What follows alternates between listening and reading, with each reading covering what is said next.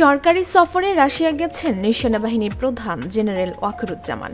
এই সফরে তিনি ক্রোয়েশিয়াও যাবেন। এক সংবাদ বিজ্ঞপ্তিতে তথ্য জানিয়েছে বাংলাদেশ সেনাবাহিনী। আজ রবিবার প্রথমে রাশিয়ার উদ্দেশ্যে তিনি ঢাকা ত্যাগ করেন। 4 দিনের রাশিয়া সফর শেষে আগামী 10 এপ্রিল তিনি ক্রোয়েশিয়ার উদ্দেশ্যে রওনা হবেন। সফরকালে জেনারেল ওয়াকারুজ্জামান রাশিয়া ও ক্রোয়েশিয়ার সামরিক ও বেসামরিক উচ্চপদস্থ কর্মকর্তাদের সঙ্গে সৌজন্য সাক্ষাৎ করবেন। পাশাপাশি দুই দেশের সঙ্গে দ্বিপাক্ষিক সামরিক সহযোগিতা জোরদারে আলোচনা করবেন বলে জানা গেছে।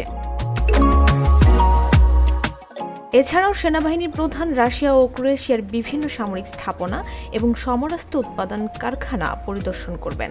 সফর শেষে তিনি আগামী 12 এপ্রিল দেশে ফিরে আসবেন। ডেস্ক রিপোর্ট, ভোরের পাতা।